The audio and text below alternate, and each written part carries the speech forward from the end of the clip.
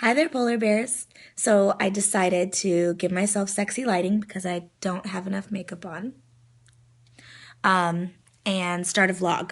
The vlog will be about classical mechanics, physics. Why do we care about physics? Well, we are movers, we are dancers, and physics is the study of motion. So I'm just going to go over one subject per video and then apply it to pole dancing. I feel like knowledge can only help us, and knowledge is power. So today's first lesson will be Newton's first law. Newton's first law says a body in motion will remain in motion, a static body will remain static unless a force is acting upon it. So let's look at a couple examples so we can understand it and then apply it to pole and see how we can improve our pole dancing from Newton's first law. So here's a rock. Let's look at some of the forces that are acting upon it. We have gravity.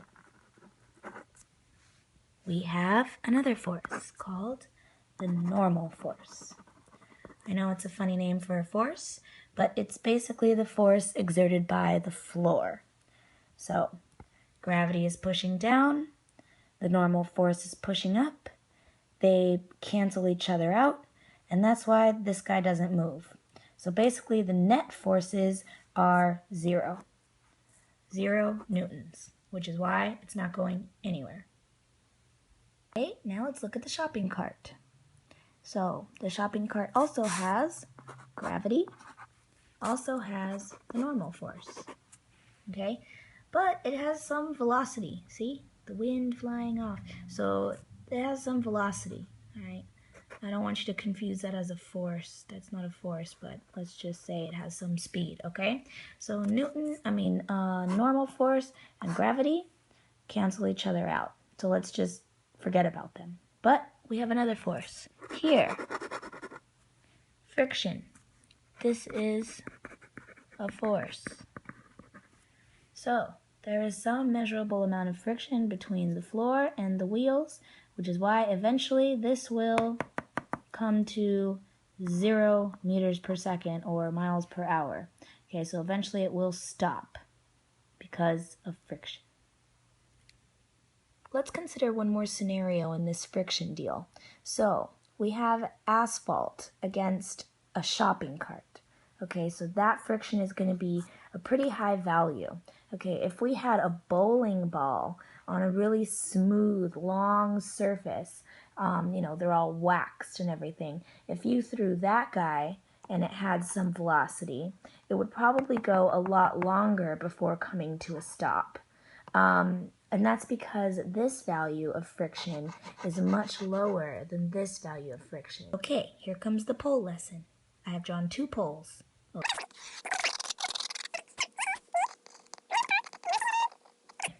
What are the forces acting upon me? I have the normal force. I have gravity. I have friction. Okay, nice to know. So now let's say here's me, my monster heels, and I'm starting to spin. Okay, interesting spin. So again, we have gravity. We no longer have the normal force because I'm not touching the ground anymore, but we still have friction. Okay. Gravity is a weak force, and we can't do shit about it. You cannot shield yourself from gravity. So, the only thing we can mess with is friction. Now, what is today's lesson? Today's lesson, loosen your grip. So, how do you loosen your grip? Well, if you're trying to climb and you want a really good grip, you grab the pole like this. This is like death grip, okay? It's good, it's useful. But for spinning, I would say point your thumb up to the ceiling and keep your thumb knuckle facing you. Okay, so then you have this sort of like half cup guy.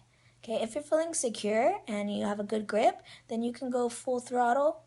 Let this guy hang out with the rest of the crew, and then you're in a full cup, and this is going to lessen friction, which is the only force that we can really have any control over. Also, take into consideration that this is not just for your hands, but also for your legs, or for any major anchor point or contact point onto the pole. So it could be you sitting on the pole and you want to rotate around like Marlowe. Well, you can't squeeze with a death grip. You got to kind of loosen it up. Okay, same thing if you're doing I call it a snake, or some people call it crucifix. If you want to spin that, you can't squeeze all the way. You got to loosen it. So just to spin on a static pole, you have to loosen your grip between you and the anchor point. I hope this was worth your time, and the next vlog will just go over one other concept that will also have some sort of a pole reference or tip within it. Okay, happy polling. Bye.